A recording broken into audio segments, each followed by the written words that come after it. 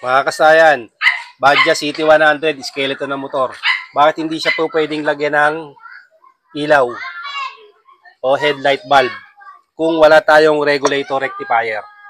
Ito siya kasayan, huwag kayong maglalagay ng diretso ng ilaw kung walang regulator rectifier. Ito yung dahilan kasayan, papakita ko sa inyo. Panda rin natin yung motor.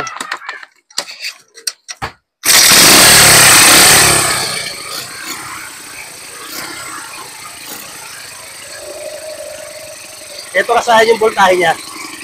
Ito yung ating light coil. Kasayan. Ang voltahe natin ay 24 volts. 26 volts. Ito kasayan ha. 26 volts. Hindi pa tayo nagre-revolusyon. Ang ilaw natin ay 12 volts lang. Dahil wala tayong regulator rectifier, ibig sabihin, hindi pa nito nako-convert yung voltahe nito sa 12 volts. Kaya lampas-lampasan siya sa 12 volts. Ngayon kasayan, pag lampas sa 12 volts, ganito ang mangyayari sa ilaw natin. Ito siya kasayan ha. Ito yung ilaw natin. Ito yung lagay ng ilaw natin, yung light coil. Tapos yung negative natin. Bedding body ground, pwedeng badya ay black yellow. So, ayun siya kasayan. Iti-testing natin. Ganyan ang mangyayari. Tutukan mo yung ilaw natin. Tapos yung voltahe natin dito. Sukan natin dito para makita yung voltahe. Yung ilaw. At dito yung reading ng ating voltmeter.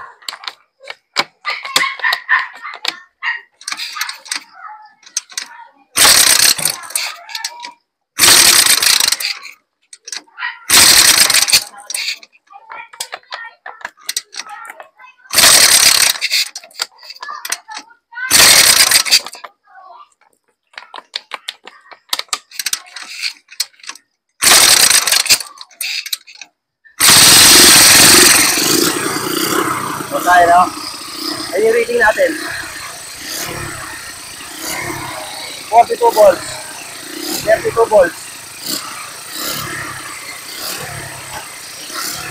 Pasilin yung ilaw natin kasi, no? Ayan, no?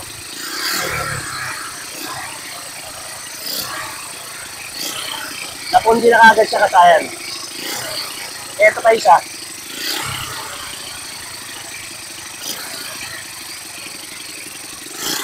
Pansinin nyo ha. Putok mo sa voltahe.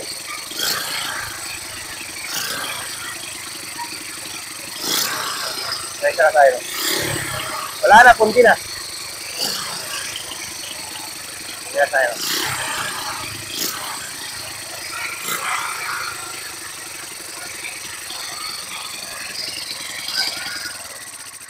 Kaya kasayan, napundi na kagad kasi yung voltahe niya ay umaabot ng 30, 40, hanggang 50. Hanggang 50 volts umaabot yung natin, yung ating ating voltahe. Kaya mapupundi yung ating 12 volts. Pera na lang kasayan kung ang gagamitin natin dito, yung mga mini driving light na 3 to 80 volts. Pwede natin siyang gamitin na hindi siya mapupundi kasi 3 volts hanggang 80 volts siya. Ito naman hindi lalampas sa voltahe niya. Ito kaya mangyayari sa ilaw natin, wala na. Putok na agad yung ilaw natin, saglit lang. Ayan siya kasayan, no. Testing natin, kukuha tayo ng battery para makita niyo na pundi na.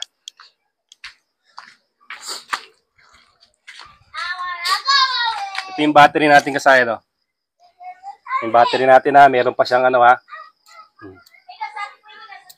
meron siyang karga.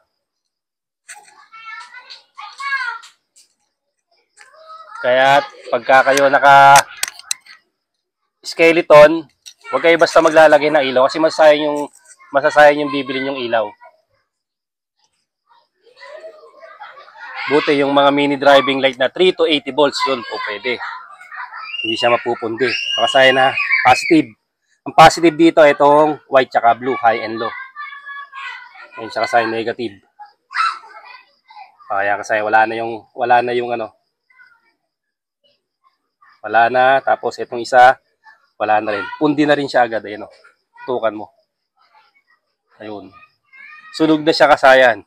Kaya pagka naka-skeleton kayo, huwag kayong maglalagay ng ilaw nang wala kayong regulator rectifier o sira ang inyong regulator rectifier. Kahit anong motor to kasayan na, kung sira ito, ganun din, pupundihin lang din yung ilaw nyo.